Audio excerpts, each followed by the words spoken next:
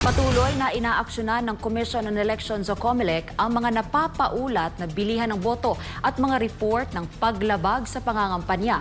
Ang mayoral candidate sa Pasay City tuluyan ng pinadidiskwalipika ng COMELEC Task Force SAFE dahil sa kanyang mga nasabi sa Bombay. Habang iginit naman ni COMELEC Chief George Garcia na bawal na ang pamimigay ng mga ayuda sa ilalim ng ayuda ban na magtatagal hanggang sa araw ng eleksyon. Si Margot Gonzalez sa balita.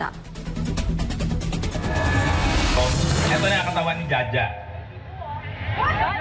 Pagkatapos ni Pasig City candidate Christian Sia, si Manila mayoral candidate Editha Manguera naman ngayon ang pinadidiskwalipika ng COMELEC Task Force SAFE dahil sa kanyang racist remark o nasabi patungkol sa mga Bombay.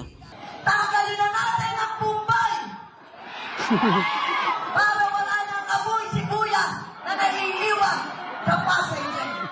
Ang petition for disqualification laban sa kanya ay raffle sa dibisyon. Pag-aaralan ng dibisyon ng petisyon at saka magpapalabas ng summons para sa kandidato upang marinig ang kanyang panig bilang bahagi ng due process. Sinabi naman ni COMELEC Chairman Atty. George Garcia na marami pa ang kanilang i-issuehan ng show cause order dahil naman sa napaulat o na-report sa kanila na mga pamimili ng boto at iba pang paglabag sa regulasyon ng poll body.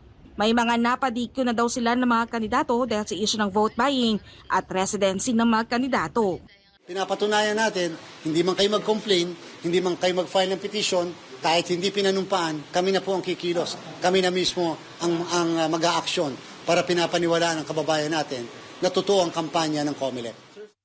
Samantala, magkabila ang billboard na ito ni Abalos, isang footbridge sa Marcos Highway, pinatanggal ng COMELEC. Bawal na bawal kasi ang anumang campaign materials sa mga tulay, poste ng kuryente at iba pang lugar na hindi kasama sa common poster area.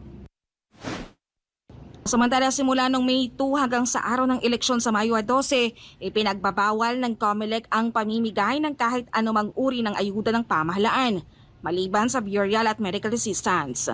Ayon kay Garcia, ang murang bigas ay isa sa mga uri ng ayuda, kaya't kasama sa bawal ang pagbebenta ng 20 pesos na kilo ng bigas.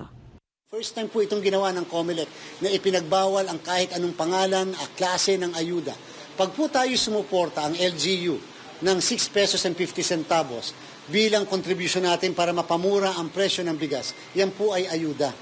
And therefore, pinagbabawal po natin ito sa 10 araw. At sana po, yung kahapon na roll out, okay na po yon. At least alam na ng sambayanan na may ini-expect silang 20 pesos pagkatapos ng eleksyon na pwede nilang mabili.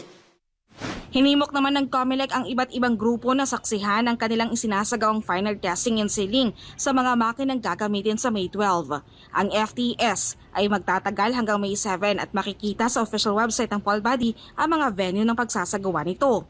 Maliban dito, ipinaayo ng COMELEC na bantayan din ang pagdating ng mga balota sa iba't ibang munisipyo. Pabantayan nyo rin po yung pagdating ng mga balota sa opisina ng treasurer.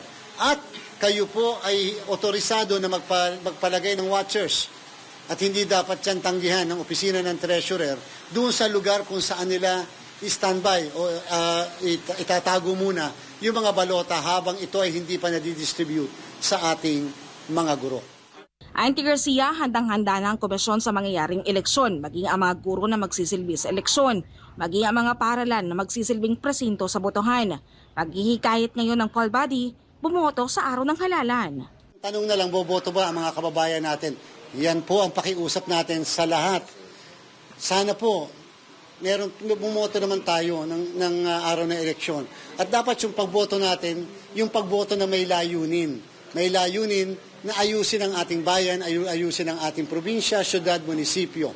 May pagboto na ang paniniwala natin, ito yung pagkakataon natin na ayusin ang lahat, itama ang lahat. So sana po bumoto tayo sapagkat pagsisisihan natin kapag hindi tayo nag-participate sa paghahalal ng ating mga leader. Kinakailangan mapagmalaki natin, kasama ako sa pagboto sa kanya. Para sa Diyos at Pilipinas Kumahal, Margot Gonzalez, SMNI News.